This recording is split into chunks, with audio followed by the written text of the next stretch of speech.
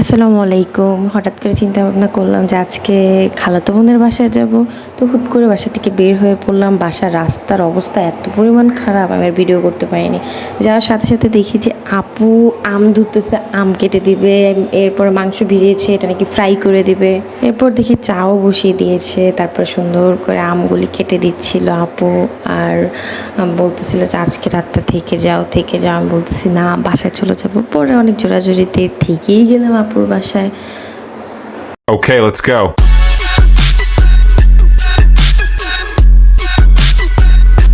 সুন্দর করে আপু আমগুলি কেটে দিল, তা আমি নিয়ে রেখে আসলাম। তো এখন দেখি আপু চা বানাচ্ছে। আপু তো খুবই চা লাভার। আপু সারাদিনে অনেক কাপ চা খেয়ে নেয় মাশাল্লাহ। তো আপুর চাটা পছন্দ, যারা যারা চা লাভার তারা তো সবসময় এরকমই 3-4 কাপের নিচে সারাদিনে তাদের হয় না। তো আপু চা বানাচ্ছিল, বলতেছে তুমি কি খাবা? আমি বলছি যে না, আমি খাবো না, আমার তো চা ভালো লাগে না, আমি আসলে চা খাই না। তারপর আপু বলতেছে আমার হাতে চাটা তুমি খেয়ে দেখো, খুবই মজা পাবা। তো বললাম যে ঠিক আছে, তাহলে 1 কাপ দাও, খাই। Okay, let's go.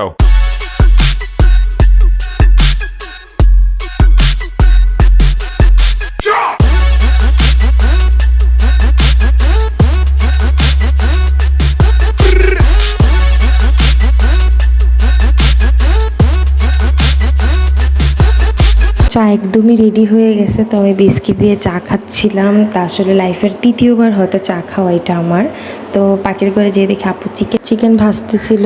তো চিকেনটা আপু আর আমি মিলে খাচ্ছিলাম। তো হঠাৎ করে দেখে সস শেষ হয়ে গেছিলো, কি করার, এটাতে আমরা খেয়ে নিয়েছি। তো পরদিন আমি বাসায় চলে আসলাম। সবাই ভালো থাকবেন, আল্লাহ হাফেজ।